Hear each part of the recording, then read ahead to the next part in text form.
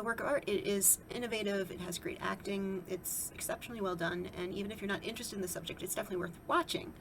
But my concern is this is how so many people are going to be introduced to the manosphere and red pill ideology.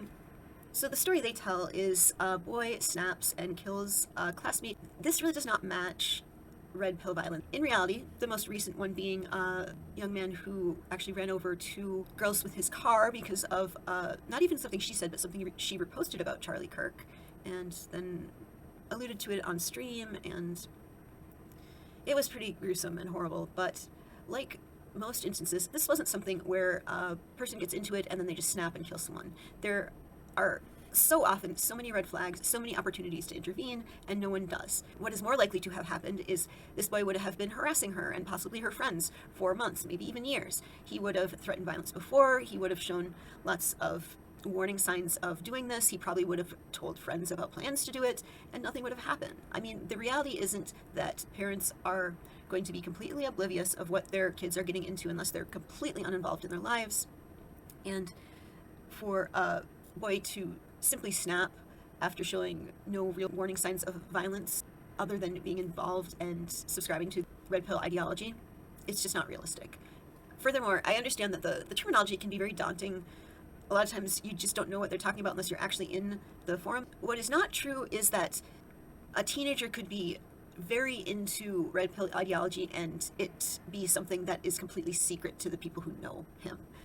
They are so warped by it by the time they get deep into it, and if you're willing to kill a classmate over it, I would say he was probably pretty deep into it. Young boys and men end up so isolated because they think they're smart, they think they're so savvy, but it's not true. This stuff sticks to them.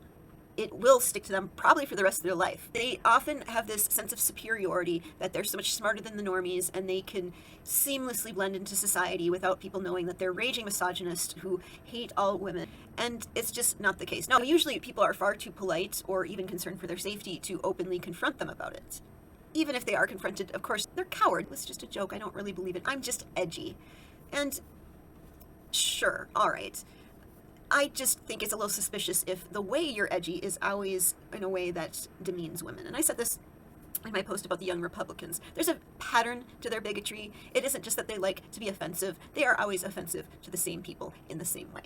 They don't self-deprecate. It's always at the expense of women and whoever they hate. The other major thing was there's a point in time where after he finishes the interview with the psychiatrist or a counselor, and he has almost a breakdown because he is so concerned that she say he's a good person. I guess what they're trying to go for is these men and boys are very insecure and kind of want women to like them, but I just don't think that's true. They will mock men who even consider women's opinions. It's almost a core of their ideology that women don't matter, women's opinions don't matter, and anyone who considers or cares about the opinions of women is a simp and is worthy of being mocked. And not only do they not care about the opinions of women, but they assume that anything women say about, well, basically anything where they're going to be in disagreement, women are wrong. I am curious to see how they deal with that kind of stuff. I mean, how does this boy deal with being confronted with the things that he believes are just not reality? Because there is this myth that all they need to do is be shown that they're wrong and they'll change your mind. I mean, that's something that is said about fascists too, but the problem is they don't form these opinions based on facts. These are things they believe for deeply emotional reasons, and giving up those beliefs means destroying something that is essential, or they have at least made essential, to their sense of self. It's sad because it's a product of not only sex being commodified, but their deep emotional immaturity. I've been talking to red pill men because they tried to dox me, but in doxing me, these men started writing me.